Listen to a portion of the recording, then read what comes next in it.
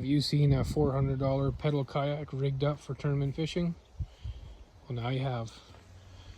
We've got the DIY tackle box rod holder in the rear, seat cooler,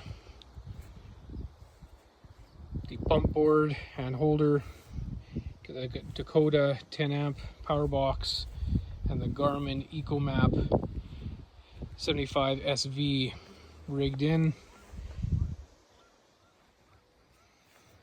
Got a short paddle instead of the dual paddle. Find that a much easier to take with you out on the water, as I'm rarely using it. The DIY cart or dolly, those only weigh 6 pounds, so super light.